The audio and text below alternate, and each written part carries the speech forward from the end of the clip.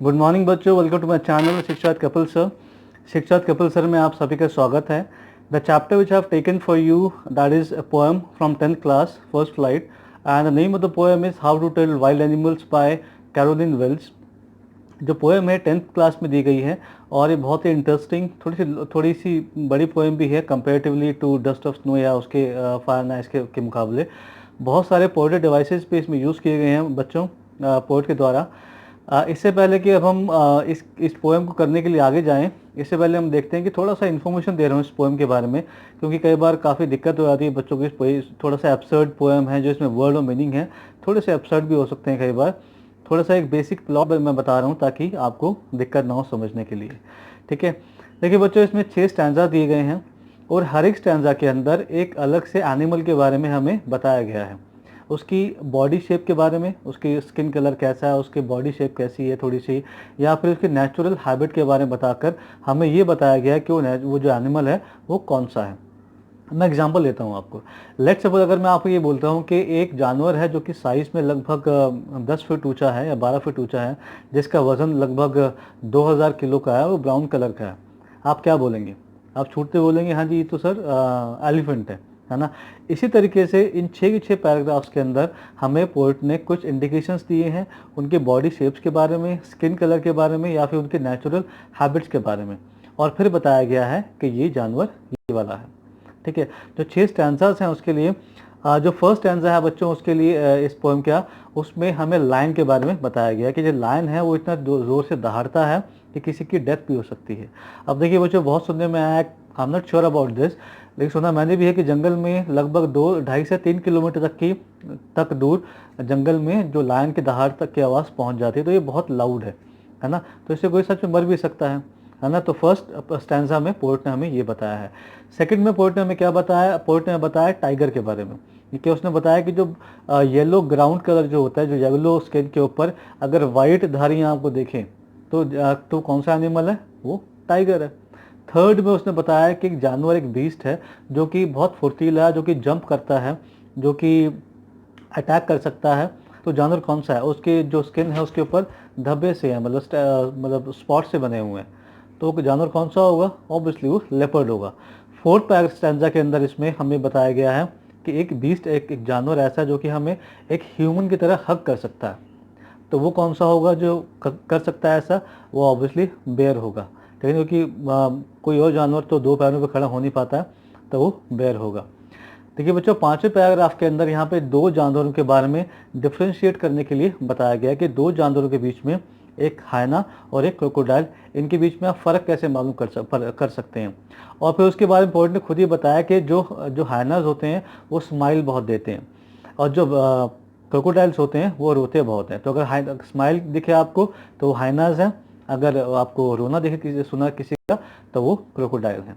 और आखिरी स्टैंजा के अंदर इसमें कैमेलियन मतलब कि गिरगिट के बारे में पोएट ने बताया है।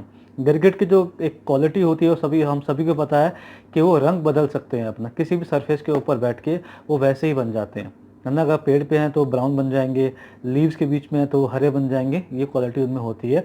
तो एक क्वालिटी को बताने के बाद पोएट पूछता है ये कौन है, तो ऑब्वियसली हम बता सकते हैं कि कैमेलियन है, मतलब कि गिरगिट है, ठीक है। तो ये तो बेसिक इसके इन्फो इसके बारे में इसलिए बताया बच्चों ताकि आपको बाद में दिक्कत ना हो जानने के लिए कि थोड़ी सी अब्सर्ड पोएम है। वर्ड मीनिंग जो डिफिकल्ट होंगी मैं बताता रहूँगा आपको, और बहुत कॉन्शियसली बच्चों सुनते रहना क्योंकि ये बहुत ही इंपॉर्टेंट पोएम भी है, ठीक है। अब इसके टेक्स्ट पे आते हैं बच्चों जल्दी से। फर्स्ट पैराग्राफ में देख रहा हूँ इसका।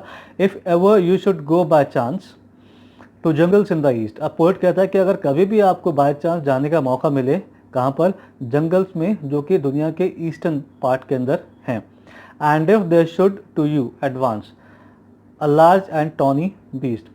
अगर आपकी तरफ कोई भी एक चीज़ आपकी तरफ अग्रसर हो रही है, आपकी तरफ एडवांस कर रही है, बढ़ रही है, a large and tawny beast. देखिए टॉनी का मतलब यहाँ पे है कि एक येलोइश या ब्राउनिश कलर जो होता है उसको हम कहते हैं टॉनी कलर, ठीक है।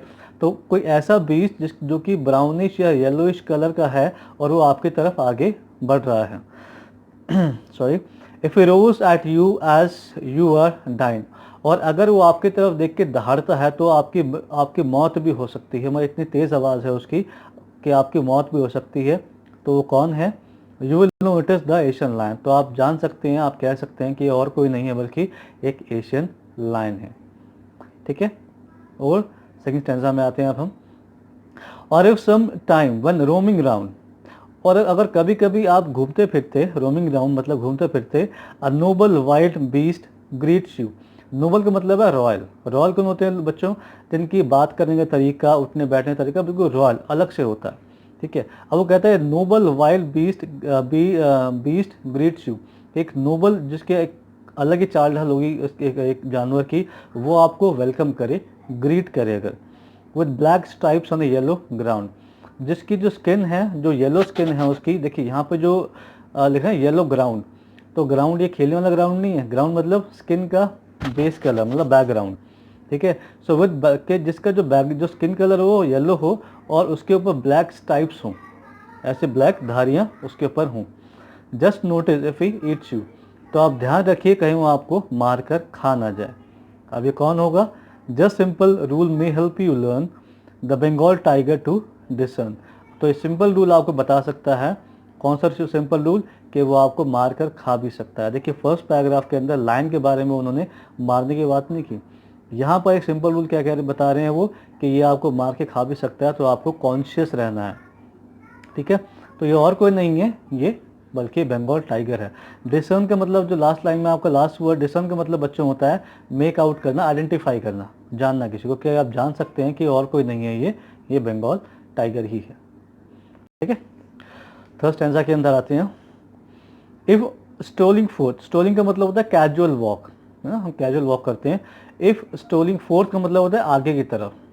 ठीक है, if strolling fourth a beast you view, उसके बाद अगर आगे बढ़ते हुए आपको एक बीस्ट दिखे, एक जानवर दिखे भीम का है, whose hide with spots is peppered.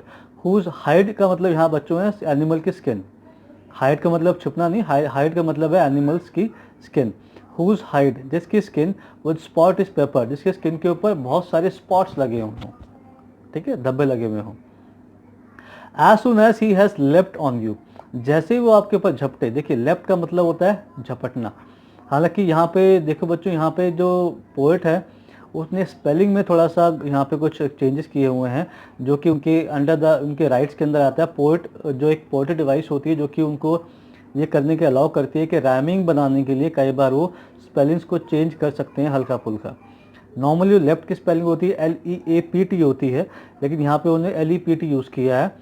तो ये उनके पोएटिक राइट्स के अंदर आता है कि वो they can just play with small spellings and all, तो वो कर सकते हैं ऐसा।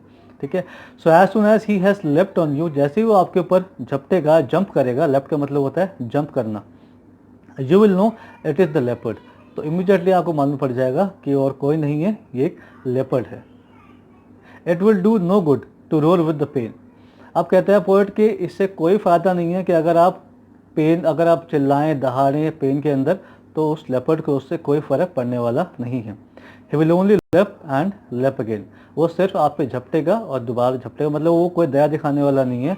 जानवर जो है बहुत थोड़ा क्रूल है, वो आपको छोड़ने वाला नहीं है। वो आपको फिर आपको आपके जंप करेगा और वो करता ही रहेगा जब तक कि आपको घायल ना कर दे या फिर मार ना दे। ओके, अब आते हैं फोर्थ स्टैंजा के अंदर। If when you are walking round your yard, अगर आप अपने यार्ड के अंदर घूम रहे हैं, थोड़ा वॉक ले रहे हैं, you meet a creature there, और वहाँ पे अगर आप किसी क्रिएचर से मिलते हैं। अब देखिए 3 स्टैंजाज में उन्होंने बीस्ट का यूज़ किया वर्ड का, यहाँ पे उन्हें यूज़ किया पोएट ने क्रिएचर का वर्ड। क्यों यूज़ किया क्रिएचर? कि यहाँ पे जो अपना जो भालू है उसको कंपेयर किया उसने ह्यूमन बींग के साथ। क्योंकि जो बेयर है वो सिर्फ सिंगल एक एनिमल है जो कि 2 पाँव पे खड़ा हो सकता है, फिर भाग भी सकता है। कैंगरू भी है, लेकिन फिर भी बेयर जो वाइल्ड एनिमल्स के अंदर बेयर है ऐसा जो कि 2 पाँव पे खड़ा हो सकता है, जस्ट लाइक ह्यूमन बींग्स। तो यहाँ पे क्रिएचर वर्ड यूज़ किया है in spite of beast. Who hugs you very very hard, जो कि आपको हग कर सकता है बहुत बहुत तेज। Be sure it is a bear, अगर कोई ऐसा करे तो आप श्योर रहें कि वो और कोई नहीं है बल्कि एक बेयर है। If you have any doubt अगर फिर भी आपके पास दिमाग में कोई इसका डाउट है, I guess he will give you just one more caress. Caress का मतलब होता है बच्चों जेंटल टच। कहता है कि अगर फिर भी कोई दिमाग में डाउट आपके रह जाता है तो आई एम श्योर वो आपको एक जेंटल टच ज़रूर देगा दोबारा। देखिए बच्चों, यहाँ पर जो बेयर है उसको जो पोएट है उसने as a wild animal project नहीं किया है, but in India I think we take bears as a wild animals. So मैं बोलूँगा आपको कि कभी पोएट की बातें ना मानकर किसी बेयर को कभी हग मत कर लेना, ठीक है। It can be dangerous for you, so be careful. Okay, next stanza में देखिए, जैसे बताया था मैंने आपको इंट्रोडक्शन के अंदर ही कि दो एनिमल्स लिए हैं, हाइना और क्रोकोडाइल, और उनको डिफ्रेंशिएट करने के लिए कहा गया है। पूछा गया कैसे हम जानेंगे कौन सा हाइना है कि क्रोकोडाइल है। Though to distinguish beast of prey. Distinguish मतलब होता है डिफ्रेंशिएट करना, ठीक है, उनमें अंतर जानना। बीस्ट ऑफ प्रे का मतलब होता है बच्चों कि वो एनिमल जो दूसरे एनिमल को खाता है। अच्छा, लायन है, लायन कौन है? लायन है बीस्ट ऑफ प्रे, क्योंकि वो दूसरे एनिमल्स को खाता है जीने के लिए। Tiger is beast of prey. ये सब एग्जांपल्स हैं, ठीक है। Though to distinguish beast of prey, अब वो कहता है पोएट कि हालांकि ये जानने में कि इनमें से बीस्ट ऑफ प्रे कौन है, a novice might nonplus. Novice का मतलब होता है someone who does not have experience, ठीक है। एक ऐसा व्यक्ति जिसके पास एक्सपीरियंस कोई नहीं है, उसको हम कहते हैं नोविस। नॉन प्लस का मतलब होता है कंफ्यूज्ड, जो व्यक्ति बहुत कंफ्यूज्ड है। तो इस लाइन में क्या आ गया, नोविस माइट नॉन प्लस, कि भाई जो नया बंदा होगा वो इनके पहचानने में गलती कर सकता है जो नौ सीखा होगा। The crocodile you always may tell from the hyena दस। अब कौन दोनों में जानने में गलती हो सकती है, हाइना या फिर क्रोकोडाइल के बीच में। हाइनास कम विद मेरी स्माइल्स। अब मतलब क्या है जो हम जान सकते हैं कि है जानवर कौन सा है ये। हाइना जो होते हैं वो हमेशा स्माइल्स करते रहते हैं, but if they weep they are crocodile. लेकिन अगर वो रोने की आवाज़ कोई आती है आपको तो इसका मतलब है कि ये क्रोकोडाइल है, ठीक है। अब हम आते हैं लास्ट स्टैंजा के ऊपर बच्चों। The true chameleon is small. Chameleon मतलब होता है गिरगिट। क्वालिटी क्या होती है, जब मैंने बताया आपको इंट्रोडक्शन के अंदर, क्वालिटी ये होती है उनकी कि वो they can change their colours, okay. The true chameleon is small. जो सही कैमेलियन होती है बहुत छोटी होती है। Lizard sort of thing. एक लिजर्ड मतलब छिपकली की तरह दिखने वाला एक जीव। He hasn't any years at all. लेकिन उसके ईयर्स कान नहीं होते हैं। And not a single wing, और कोई विंग भी नहीं होता है। If there is nothing on the tree it is the chameleon you see. अब देखिए, जो लास्ट टू लाइन्स में बच्चे काफ़ी कंफ्यूज रहते हैं कि अगर पेड़ पे कोई दिख ही नहीं रहा तो हम कैसे मान लें कैमेलियन है। देखिए, जैसे मैंने बताया बच्चों आपको कि दे हैव ए टेंडेंसी और habit of changing their colours. अगर वो ब्राउन उस पर बैठे हैं पेड़ पे तो ब्राउन बन जाएंगे, ग्रीन लीव्स के पीछे बैठे हैं ग्रीन बन जाएंगे, येलो सरफेस पे बैठे हैं येलो बन जाएंगे। तो होता क्या है कि बहुत बंदा वो दिखते नहीं है वो, क्योंकि सेम सरफेस के जैसे ब्राउन पे बैठे ब्राउन बन गए तो आइडेंटिफाई करना बड़ा मुश्किल होता है उनको कि है भी कि नहीं है ना। वहीं लेजर्ड हो गए तो हम वो ब्राउन नहीं होती है, बस हम तो फट से हम जान के हाँ भी ये लेजर्ड बैठी हुई है। तो इसलिए उसने कहा पोएट ने कि अगर आप पेड़ की तरफ देख रहे हैं और कुछ नहीं दिख रहा आपको, if in case you are not able to seek anything that might be a chameleon, कि कैमेलियन हो सकती है, ये उसने बोला है, ठीक है। सो बच्चों, text is over now. Lot of poetry devices have been used by the poet in this. बहुत काफ़ी सारे जो पोएट्री डिवाइसेस हैं वो पोएट ने यहाँ पे यूज़ किए हैं, उनको एक बार देख लेते हैं हम। देखिए, स्टैंजा वाइज हम करेंगे, first second third fourth fifth, ठीक है। उम्मीद करता हूँ कि जो लास्ट वीडियोस में जो मैंने एलिटेशन करवाया था आपको, एलिटेशन वगैरह वो सब आपको याद होंगे, डस्ट ऑफ स्नो वगैरह में जो किए थे हमने, वही वैसे जो डिवाइसेस हमारे यहाँ पे यूज़ हो रहे हैं। तो स्टैंजा बाय स्टैंजा हम देखेंगे, ओके। तो बच्चों, सबसे पहले हम देखते हैं फर्स्ट स्टैंजा के राइमिंग स्कीम। राइमिंग स्कीम में देखिए बच्चों, इसका जो पूरे पोएम में जो राइमिंग स्कीम एक ही यूज़ की गई है, ए बी सी सी। मैं फर्स्ट समझाता हूँ आपको, बाकी सेम ही रहेगी बाद में। देखिए, फर्स्ट जो लाइन है उसकी लास्ट वर्ड है चांस, ठीक है। सेकंड लाइन का ईस्ट है, तो क्या राइम हो रहे हैं? नहीं हो रहे हैं, आगे चलते हैं। थर्ड लाइन में एडवांस है, तो चांस और एडवांस राइम हो रहे हैं। तो चांस को अगर हमने ए किया तो हमने एडवांस के सामने भी हमें ए लिखना पड़ेगा। सेकंड लाइन में ईस्ट है, इसको हम बी कर देते हैं। फोर्थ लाइन में है बीस्ट। सो अब ईस्ट और बीस्ट राइम हो रहे हैं तो बीस्ट को भी हमें बी करना पड़ेगा। अब आते हैं 5वीं लाइन के अंदर। यहाँ देखते हैं लास्ट वर्ड है डाइन और लास्ट लाइन का लास्ट वर्ड है लाइन। सो डाइन और लाइन राइम हो रहे हैं, तो ये दोनों हो जाएंगे सी। तो जो हमारा दो लाइन का जो वो रहेगा राइमिंग स्कीम वो रहेगा A B C C. Throughout the poem बच्चों एक यही राइमिंग स्कीम पे पूरी पोएम लिखी गई है, तो बार बार करने की जरूरत नहीं है। वो ए बी सी सी आप चेक कीजिएगा, वो सेम रहेगी सारी। ठीक है, हम बाकी देख लेते हैं वहाँ पे आगे। फर्स्ट स्टैंजा की जो सेकंड है हमारे पास डिवाइस यहाँ पे वो है इंजैममेंट। देखिए इंजैममेंट का मतलब पता है आपको, जहाँ पे कोई पंचुएशन नहीं होती है, मतलब लाइंस को पंचुएट किए बिना आगे पोएट चल पड़ता है, मतलब कोई कॉमा नहीं यूज़ है, कोई फुल स्टॉप नहीं है, लेकिन बिना पंचुएट किए आगे वो पोएम बढ़ जाती है, तो वो होता है इंजैममेंट। लाइन नंबर 1 देखिए आप, चांस के बाद कोई कॉमा वगैरह कुछ भी साइन नहीं है और आप पोएम आगे बढ़ गई, तो लाइन फर्स्ट जो है वो इंजैममेंट का एग्जाम्पल है। अब देखिए लाइन नंबर 3, अगर देखिए एडवांस के बाद लाइन नंबर 3 में कुछ भी पंचुएशन मार्क नहीं है, कॉमा वामा कुछ भी नहीं है, ये है। अब देखिए लाइन नंबर 5 डाइन के बाद ये कोई भी पंचुएशन मार्क नहीं है, कॉमा फुल स्टॉप कुछ भी नहीं है और पोएम आगे बढ़ रही है, तो तीन एग्जाम्पल है 1, 3, 5 लाइन नंबर इंजैममेंट के। ओके, अब हम देखते हैं आगे इन्वेजन। देखिए ये जो डिवाइस पोएटिक होता है, इसका मतलब होता है बच्चों कि जहाँ पर poet has a right to play with the words. देखिए नॉर्मली जो हमारा रूल होता है लाइन को लिखने का, वो होता है सब्जेक्ट पहले आता है, फिर आता है ऑब्जेक्ट, फिर आता है हमारा हेल्पिंग वर्ब, वर्ब्स, ऑब्जेक्ट, ऐसे। But in order to make rhyme बनाने के लिए कई बार पोएट क्या होता है कि वर्ड्स को आगे पीछे करना पड़ता है उसको। ये जो है ये भी उसके एक राइट के अंदर आता है कि पोएट ऐसा कर सकते हैं, उनके पास ये लिबरेज होती है। ठीक है, लेकिन उसको हम कहते हैं इन्वेजन। ये कहाँ पे हम देख लेते हैं एक बार, लाइन नंबर 3 में देखेंगे अगर आप, and if they should to you advance. अब खुद ही लग रहा हो कि कुछ ना कुछ गड़बड़ है इसके अंदर। देखिए यहाँ पे जो यू है वो बाद में आ रहा है, शुड जो मोडाल ये हेल्पिंग वर्ब पहले आ गई है, एडवांस जो वर्ब है वो बाद में आ रहा है ना। तो इसमें आपका जो इन्वर्ज जो अब होना क्या चाहिए, यू पहले आना चाहिए, फिर शुड आना चाहिए, फिर एडवांस, इस तरीके से सेंटेंस बनना चाहिए। लेकिन क्योंकि एडवांस वर्ड उसको एंड में लाना है राइम करने के लिए, तो थोड़ा सा उसने प्ले कर दिया है, इसको हम कहते हैं इन्वेजन। ठीक है, इसके बाद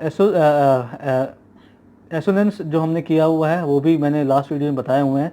इसका मतलब होता है कि एक क्लोज सेट ऑफ वर्ड्स के अंदर, मोर प्रेफरेबली अगर एक लाइन के अंदर ही रिपीटेटिव साउंड्स होते हैं कोई किसी अल्फ़ाबेट्स के, अगर वो रिपीटेटिव साउंड्स वॉवल्स के हैं, ए ई आई ओ यू में से किसी की हैं, तो उसको हम कहते हैं एसोनेंस। अगर वो रिपीटेटिव साउंड्स कॉन्सोनेंट्स के हैं तो उसको हम कहते हैं कॉन्सोनेंट्स। ठीक है, तो इसमें एग्जांपल हमारे पास है एसोनेंस में, वॉवल्स का होगा ऑब्वियसली, एसोनेंस है। तो लाइन नंबर 1 में देखिए, if ever you should go by chance, यहाँ पे जो ओ जो साउंड है वो प्रोमिनेंट है, तो यहाँ पर एसोनेंस का एग्जांपल है। लाइन नंबर 3 में दोबारा देखिए, and if they should to you advance, यहाँ पे ओ जो साउंड है वो थोड़ा सा प्रोमिनेंट है, बहुत ज़्यादा नहीं है लेकिन थोड़ा प्रोमिनेंट है बाकी के कंपैरिजन में, तो यहाँ पे एसोनेंस है। लाइन नंबर 5 देखेंगे अगर आप, if he rolls at you as you are dying, यहाँ पे कंपेयर टू अदर ओ का जो साउंड थोड़ा सा प्रोमिनेंट है, तो यहाँ पे एग्जांपल है हमारे पास एसोनेंस का। Okay, so that is the device for first stanza. अब सेकंड पे आ जाते हैं हम।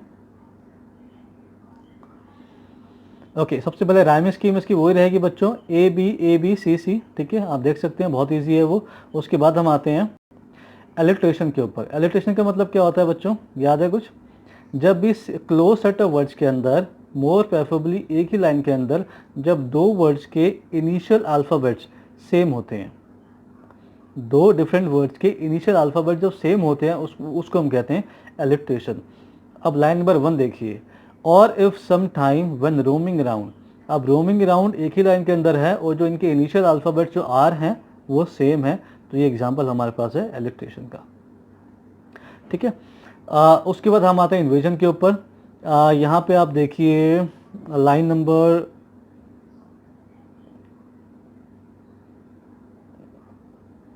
लास्ट 2 लाइन्स देखिए अपनी आप, this simple rule may help you learn the Bengal tiger to discern. अब देखिए जो डिसर्न जो वर्ड यूज़ किया है एंड में, इसको एंड में नहीं आना चाहिए था, लेकिन क्योंकि राइमिंग चाहिए, लर्न के जैसा वर्ड चाहिए उसे कोई पोएट को, तो उसने डिसर्न एंड में लिखा रहा है। तो यहाँ पे उसने अपना एक राइट यूज़ किया पोइट ने, जिसमें कि he can play with the things, आगे पीछे वो कर सकता है। जो एग्जैक्ट फ्रेम ऑफ सेंटेंस होगा ये वाला, वो ये होना चाहिए, this simple rule may help you learn to discern the Bengal tiger. क्योंकि डिसर्न एंड में चाहिए उसको, तो उसने एंड में लगाया और बाकी सेंटेंस उसने पीछे यूज़ किया। तो ये जो हमारा एग्जाम्पल है ये इन्वेजन का। ओके, उसके बाद हमारे पास एसोनेस भी है, इसके लाइन नंबर 1 देखिए, और if some time when roaming around, ठीक है, और में, सम में, रोमिंग में, राउंड में वो अल्फ़ाबेट जो है वो प्रोमिनेंट है, वो जो है हमारा वावल है, तो एसोनेस यहाँ पे हमारे पास दिख रहा है। यहाँ पे लाइन नंबर 3 में आ जाइए, with black stripes on A yellow ground. यहाँ पर भी ओ ज़्यादा नहीं है, लेकिन फिर भी compare to others we can say कि ओ जो अल्फ़ाबेट है वो थोड़ा सा प्रोमिनेंट है यहाँ पे, जो साउंड है, सॉरी नॉट अल्फ़ाबेट, साउंड। ठीक है, that is all. So standard number 3 में आ जाते हैं अब हम। राइमिंग स्कीम सेम रहेगी, ए बी सी सी बच्चों। उसके बाद हम आते हैं इलिट्रेशन के ऊपर। इलिट्रेशन लाइन नंबर 3 देखिए, as soon as he has leapt on you. अब इसमें जो दो वर्ड्स हैं ही हैज़, इन दोनों एक ही लाइन के अंदर हैं, और दोनों की जो फर्स्ट अल्फ़ाबेट है एच वो सेम है, ठीक है, तो हम कह सकते हैं कि हाँ जी ये वही है, एलिट्रेशन है ये। उसके बाद रिपीटिशन ऑफ वर्ड्स भी हो रहा है। लास्ट लाइन देखिए अपनी यहाँ पे, ही विल ओनली लेप एंड लेप अगेन। तो रिपीटिशन जो वर्ड है इसको भी हम डिवाइस के अंदर ही काउंट करते हैं, रिपीटिशन ऑफ वर्ड्स। ओके, एसोनेस देखिए आप लाइन नंबर 1 में देखिए आप, if storing for a beast you view. Again यहाँ पे ओ जो साउंड है वो थोड़ा सा प्रोमिनेंट है। लाइन नंबर 5 में देखिए, it will do no good to roar with pain. इसमें तो काफ़ी ज़्यादा प्रोमिनेंट है ओ साउंड। देखिए डू में आ रहा है, नो में आ रहा है, जी में 2 बार, गुड में 2 बार आ रहा है, टू में आ रहा है, आर में आ रहा है, तो यहाँ पे काफ़ी प्रोमिनेंट है ओ साउंड, तो अगेन एसोनेंस। अब इसमें कॉन्सोनेंस भी है कि मतलब जो अल्फ़ाबेट रिपीटेडली यूज़ हुए हैं बट लेकिन वो वोवल्स नहीं है, वो कॉन्सोनेंट्स हैं, तो वो भी इसमें एग्जांपल हमारे पास है यहाँ पे। अब देखिए last line, he will only लेप एंड लेप अगेन। यहाँ पे जो एल जो अल्फ़ाबेट है, एल जो साउंड है वो बहुत ज़्यादा प्रोमिनेंट है ना, तो यहाँ पे कॉन्सोनेंट्स का एल जो है वो वोवल तो है नहीं, कॉन्सोनेंट है, तो इसलिए जो इसका जो वो होगा डिवाइस वो उसको हम बोलेंगे कॉन्सोनेंट्स, ठीक है। तो इस तरीके से जितने भी डिवाइस हम यूज़ कर रहे हैं मैं आपको बता रहा हूँ। देखिए बच्चों बहुत ध्यान से आपको देखना है, ताकि आपको कोई भी एक डिवाइस भी फिगर ऑफ स्पीच आपसे मिस नहीं होनी चाहिए, बहुत इंपॉर्टेंट है ये, ठीक है। अब हम आते हैं बच्चों फोर्थ स्टैंजा के ऊपर। इसमें राइमिंग स्कीम वही रहेगी बच्चों, ए बी सी सी, कोई ज़रूरत नहीं है, आप देख लीजिएगा उसको। सेकंड है इंजाममेंट। इंजाममेंट का मतलब क्या होता है, जहाँ पे पंचुएट नहीं होती लाइन्स और वो आगे चीज़ बढ़ जाती है। लाइन 1 देखिए, यार्ड के बाद कोई पंचुएशन मार्क नहीं है, फुल स्टॉप कॉमा कुछ भी नहीं है, वो लाइन आगे बढ़ गई है, तो लाइन 4 जो एग्जाम्पल है उसका इंजाममेंट का। लाइन नंबर 5 देखिए, उसके बाद if you have any doubts I guess, guess के बाद भी कोई पंचुएशन मार्क नहीं है, मतलब ये भी एग्जाम्पल है, वो है इंजाममेंट का। इलिट्रेशन देखिए बच्चों फर्स्ट लाइन के अंदर, if when you are walking around your yard. अब देखिए जो डब्ल्यू जो अल्फ़ाबेट है वो रिपीटेडली यूज़ हुआ है और इनिशियल वर्ड है, देखिए इनिशियल अल्फ़ाबेट होना चाहिए। देखिए इलिट्रेशन के अंदर बच्चों, इलिट्रेशन में और कॉन्सोनेंस और एसोनेंस में फ़र्क होता है। इलिट्रेशन के अंदर वो इनिशियल अल्फ़ाबेट होना चाहिए, इलिट्रेशन के अंदर पहला अल्फ़ाबेट होना चाहिए। वहाँ पे कोई ऐसा रूल नहीं है कॉन्सोनेंस और एसोनेंस में, वहाँ कोई भी अल्फ़ाबेट किसी नंबर पे भी आ रहा है तो कोई दिक्कत नहीं है, ठीक है। तो डब्ल्यू जो है यहाँ पे वो रिपीट हो रहा है। लाइन नंबर 3 में देखिए बच्चों, who hugs you very very hard.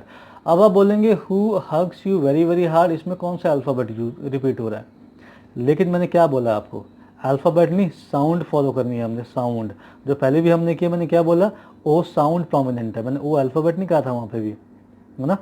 तो चेक कर, तो यहाँ पे अगर हम देखें हु हग्स, तो एच जो साउंड है, हा की जो साउंड है वो रिपीट हो रही है, हु में भी एच वो आ रहा है, एच हा आ रहा है, और हग्स में भी एच आ रहा है, हा आ रहा है, ठीक है। तो हु हग्स में भी जो वो हम करेंगे वो हमारा इसी एग्जाम्पल है, जो कि हमारे पास इलिट्रेशन WH एंड H, ठीक है।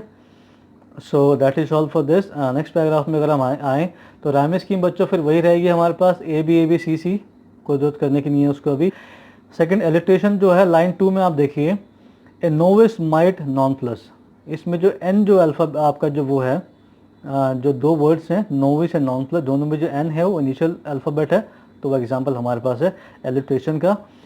इंजाममेंट के लिए देखिए बच्चों लाइन नंबर 1, अगर आप देखिए प्रे के बाद कोई पंचुएशन नहीं है पोएम में, ठीक है, आगे पोएम बढ़ चुकी है, तो ये हमारे पास इंजाममेंट का एग्जांपल है। अगर थर्ड लाइन देखें, द क्रोकोडाइल यू ऑलवेज मे, यहाँ पर भी कोई पंचुएशन मार्क नहीं है और पोएम आगे बढ़ गई है, तो ये भी हमारे पास एग्जांपल है हमारे पास इंजाममेंट का। ओके बच्चों, इसमें और कोई नहीं है, आई थिंक कोई नहीं है, ठीक है, अब आगे बढ़ जाते हैं हम।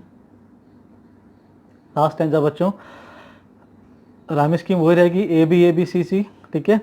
उसके बाद हम देखते हैं एलिट्रेशन का एग्जांपल, हम देख रहे हैं यहाँ पे फर्स्ट दो वर्ड जो हैं द ट्रू, अब इसमें जो टी टी है वो एक ही लाइन में दो वर्ड्स हैं अलग अलग, और इनिशियल जो अल्फ़ाबेट है वो हमारा टी टी है, साउंड जो है टी टी है, तो इसका मतलब ही एलिट्रेशन एग्जांपल हमारे पास है, ठीक है। उसके बाद हमारे पास है बच्चों लाइन नंबर